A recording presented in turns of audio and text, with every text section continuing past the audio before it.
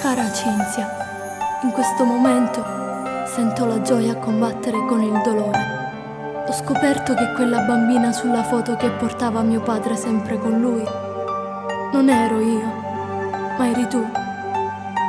E solo adesso trovo il coraggio di scriverti. Ti voglio bene. Tua Veronica. Non sei cresciuta con me, è colpa che non ci sta,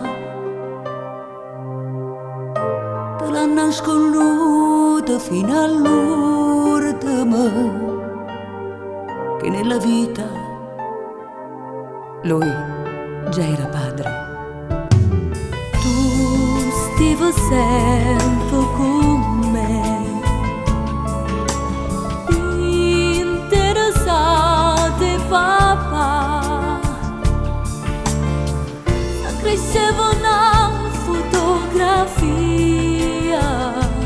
stringo tempesta fino alla fine, ma resta solo tu, papà non ci sta più, e si era accontentata che non può che niente che serveva a vivere, non voleva festeggiare mai Natale e mai l'età, mentre rinta sanità la tua famiglia stava all'aspettare. Ma resta solo tu,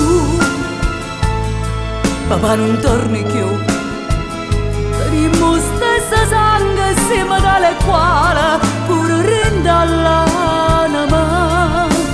Qua a Palermo mi aspettare, mentre a Napoli sto qua, non vedo l'ora da abbracciare. Stasera noi ci abbiamo incontrato. Mo finalmente stai qua, ci manca solo papà,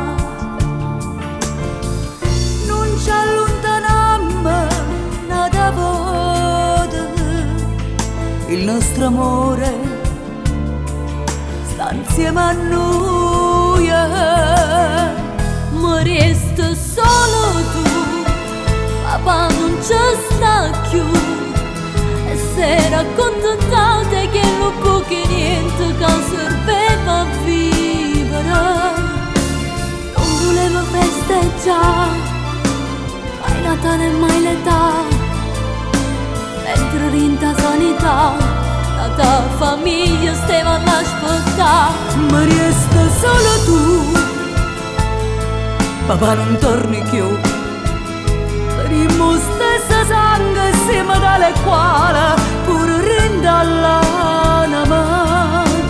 Qua a Palermo mi aspettare, mentre a Napoli sto qua, non vedo l'ora da abbracciare.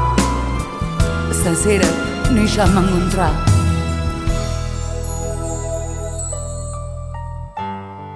Leggendo questa lettera si fermò il cuore in pietto.